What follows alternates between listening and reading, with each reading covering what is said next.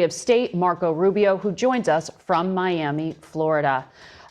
Mr. Secretary, for our audience, just to explain, this Red Sea area is a really important transit point for global shipping. The Houthis out of Yemen have been disrupting transit there for some time. President Trump cited these concerns when he announced the strikes. I'm wondering, how long will this campaign last, and will it involve ground forces? Well, first of all, the problem here is that this is a very important shipping lane, and in the last year and a half, the last 18 months, the Houthis have struck or attacked 174 naval vessels of the United States, attacking the U.S. Navy directly 174 times, and 145 times they've attacked commercial shipping. So we basically have a band of pirates, you know, with guided precision anti-ship weaponry, and exacting a toll system in one of the most important shipping lanes in the world. That's just not sustainable. We are not going to have these people controlling which ships can go through and which ones cannot. And so your question is, how long will this go on? It will go on until they no longer have the capability to do that.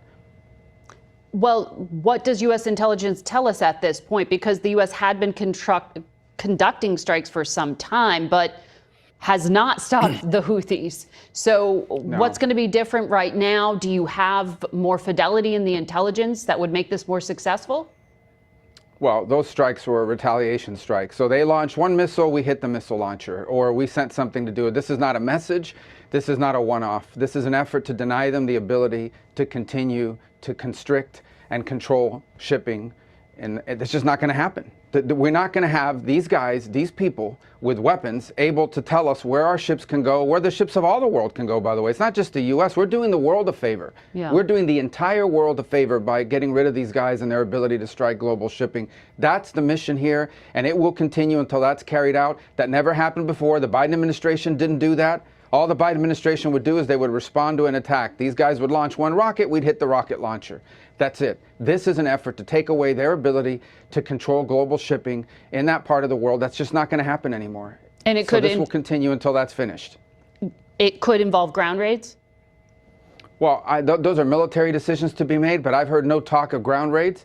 I don't think there's a necessity for it right now. I can tell you that as of last night, some of the key people involved in those missile launches are no longer with us. And I can tell you that some of the facilities that they used are no longer existing. And that will continue. Look, it's bottom line, easy way to understand it, okay? These guys are able to control what ships can go through there. They've attacked the U.S. Navy 174 times. Yeah. They've attacked the United States Navy. We're not going to have people sitting around with the missiles attacking the U.S. Navy. It's not going to happen, not under President Trump. The president also referenced Iran in his statement. Iran provides some support for the Houthis, as you know.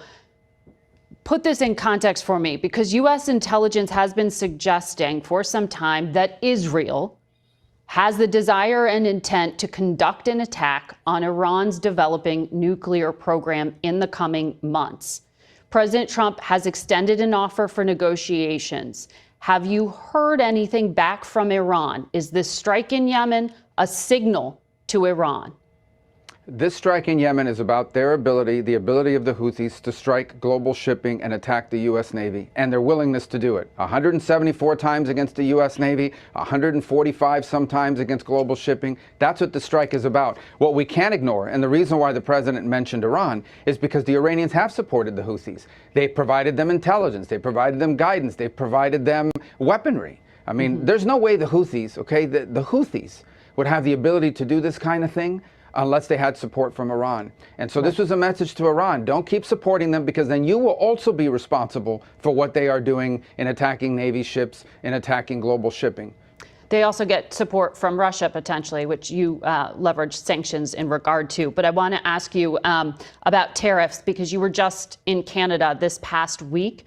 China is Canada's second biggest export market, Mexico's third.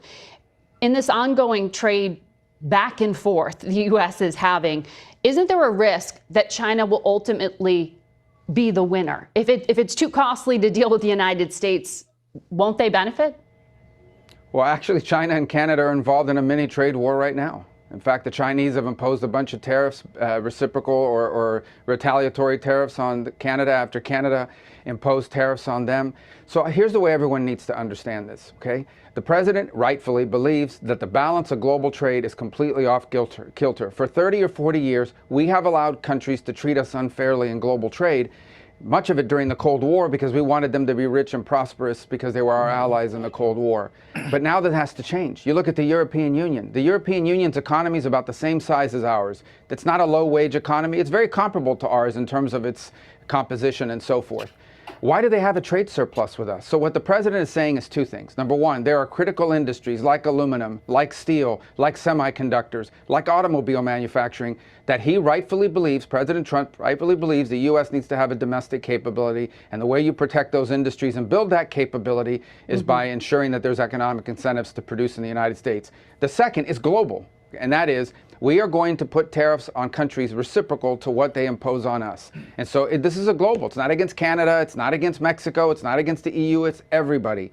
And then from that new baseline of fairness and reciprocity, we will engage potentially in bilateral negotiations with countries around the world on new trade arrangements that make sense for both sides. Fairness. But right now it's not fair. We're going to reset the baseline, and then we can enter into these bilateral agreements potentially with countries so that our trade is fair. What's not going to continue is, of course, these countries So this is all just upset. about leverage to get bilateral, not not North American free trade deals renegotiation. No, it's not leverage. It's fairness. It's resetting baseline fairness, and then from there we can work on deals and so forth, because they'll have products we don't make, we have products they don't make. That's where trade works the best. It has to be free, but it has to be fair.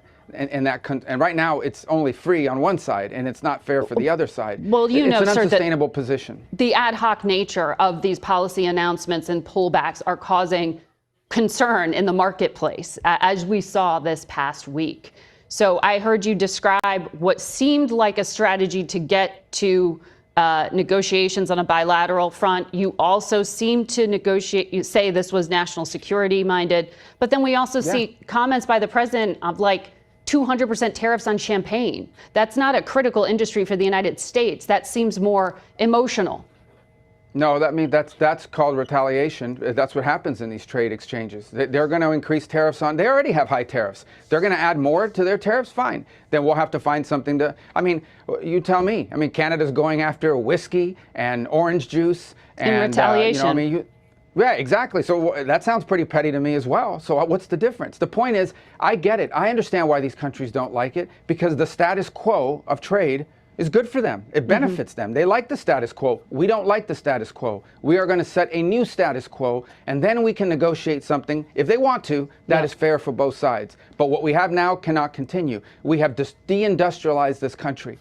Okay, deindustrialized the United States of America. There are things we can no longer make, and we have to be able to make in order to be safe as a country and in order to have jobs.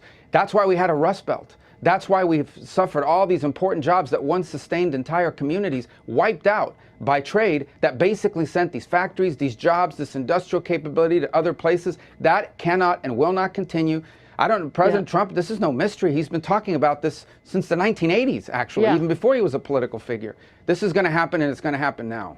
I want to ask you about Russia. You said Envoy Steve Witkoff's meeting with Vladimir Putin that happened last week would answer the fundamental question of whether we're moving towards a ceasefire or whether Putin is using a delay tactic.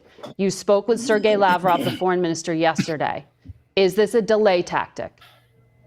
Well, I think that was a promising meeting. As I've said repeatedly, we're not going to negotiate this in the public. Hopefully we'll have something to announce at some point fairly soon. I can't guarantee that, but I certainly think the meeting was promising. The exchange was promising. I don't take away from Steve's meeting, from Ambassador Witkoff's meeting, negativity. There are some challenges. This is a complex 3-year war that's been ongoing along a very long military front with a lot of complexity to it. So no one's claiming that it's easy, but I want everyone to understand here's the plan. Plan A is get the shooting to stop so that we can move to plan B, phase 2, which is have everybody at a table, maybe not, maybe with some shuttle diplomacy, to figure out a way to permanently end this war in a way that's enduring and it respects everybody's needs and so forth. No one is saying that that second part is easy, but we can't get even to that second part until we get past the first part. It's hard to negotiate an enduring end to a war as long as they're shooting at each other. And so the president wants a ceasefire. That's what we're working on. Assuming we can get that done, and that won't be easy in and of itself, we move to the second phase, which is negotiating something more enduring and permanent. That will be hard. It will involve a lot of hard work, concessions from both sides, but it has to happen. This war cannot continue. The president has been clear about that, and he's doing everything he can to bring it to an end. Okay. We'll talk about that later in the program as well with Envoy Witkoff. I want to ask you about a decision you made to revoke a student visa for someone at Columbia University this past week. The Wall Street Journal editorial board writes, the administration needs to be careful. It's targeting real promoters of terrorism, not breaking the great promise of a green card by deporting anyone with controversial political views. Can you substantiate any form of material support for terrorism, specifically to Hamas, from this Columbia student? Or was it simply that he was espousing a controversial political point of view? Well, not just the student. We're going to do more. In fact, every day now we're approving visa revocations, and if that visa led to a green card, the green card process as well. And here's why. It's very simple. When you apply to enter the United States and you get a visa, you are a guest. And you're coming as a student, you're coming as a tourist, or what have you. And in it, you have to make certain assertions. And if you tell us when you apply for a visa, I'm coming to the U.S. to participate in pro-Hamas events, that runs counter to the foreign policy interest of the United States of America. It's that simple. So you lied. You came. If you had told us that you were going to do that, we never would have given you the visa. Now you're here. Now you do it. So you lied to us. You're out. It's that simple. But it's is there any evidence of a link to terrorism, or is it just his point of view? Yeah, they take over. I mean, you should watch the news. These guys take over entire buildings. They vandalize colleges. Intensely. They shut down colleges. I'm asking about the specific justification for the revocation of his visa. Was there any evidence of material support for terrorism? Was the negotiator negotiating on behalf of people that took over a campus, that vandalized buildings? Negotiating over what?